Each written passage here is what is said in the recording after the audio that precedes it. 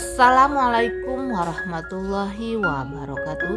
Berjumpa kembali dengan Mimin yang akan membahas sinopsis alur cerita Terpaksa Menikahi Tuan Muda Antp untuk episode yang akan datang. Namun sebelum Mimin melanjutkan, untuk sekedar menyambung tali silaturahmi kita semua, Mimin mau tanya dulu nih guys, kalian berasal dari kota mana aja?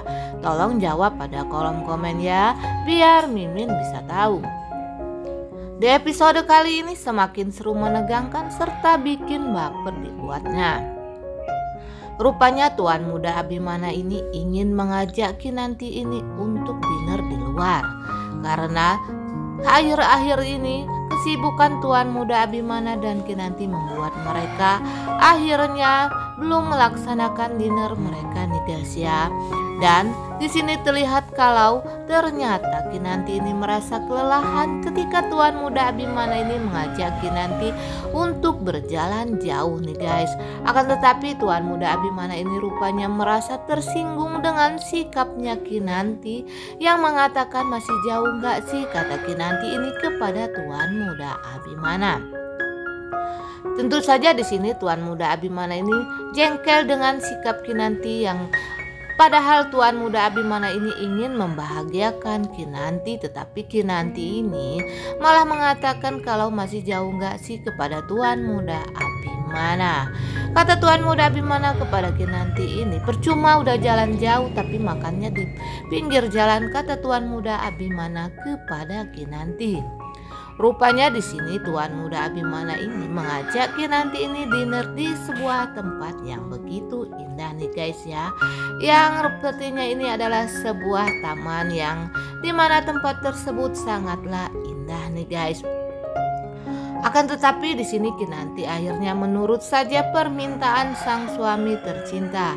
Karena di sini Kinanti merasa takut jika Tuan Muda Abimana ini marah kepada dirinya jika dirinya terlalu banyak bicara kepada Tuan Muda Abimana.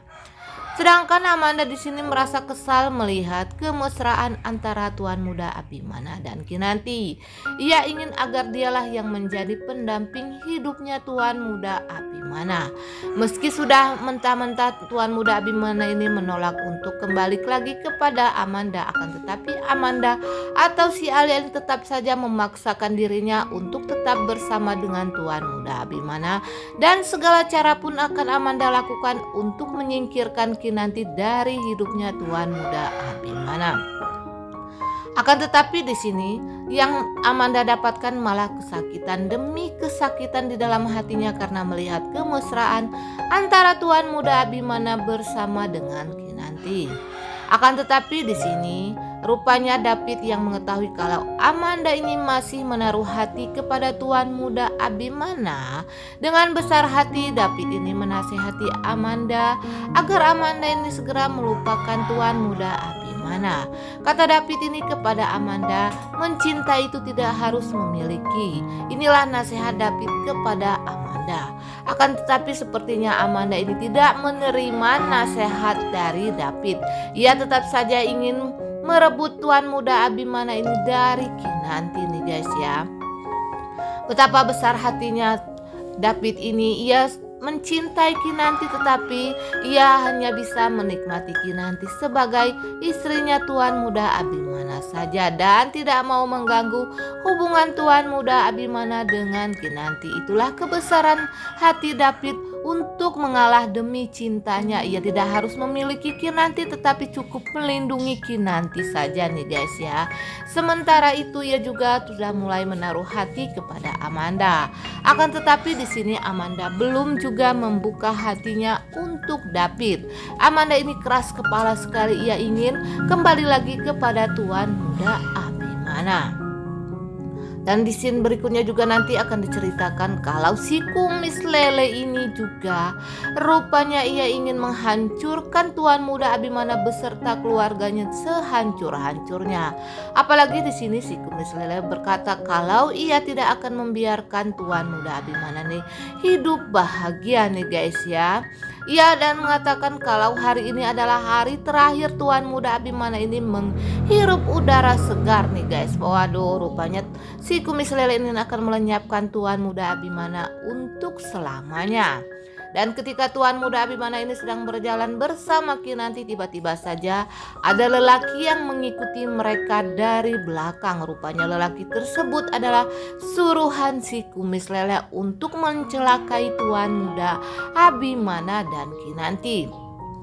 Untunglah Tuhan masih sayang kepada Tuan Muda Abimana dan Kinanti, sehingga rencana-rencana si kumis lele yang jahat ini pun belum pernah berhasil nih guys ya. Dan si Amanda ini sepertinya ia terkurung di suatu gedung, sehingga gedung itu pun terbakar dan ada yang mengunci mereka dari luar.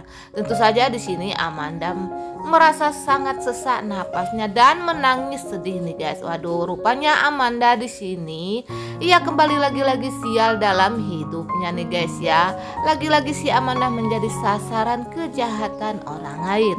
Memang sepatutnya lah jika kejahatan itu suatu saat akan mendapatkan ganjaran yang setimpal atas segala kejahatannya, dan sebaliknya jika seseorang berbuat baik maka akan kebaikanlah yang akan mengiringinya sepanjang hidupnya, meski itu tidaklah sebentar ya guys untuk mendapatkan kebaikan tersebut.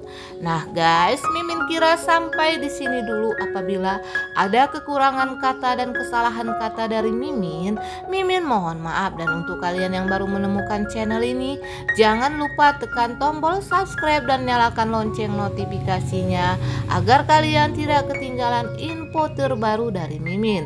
Akhirnya Mimin pun undur diri. Wassalamualaikum warahmatullahi wabarakatuh.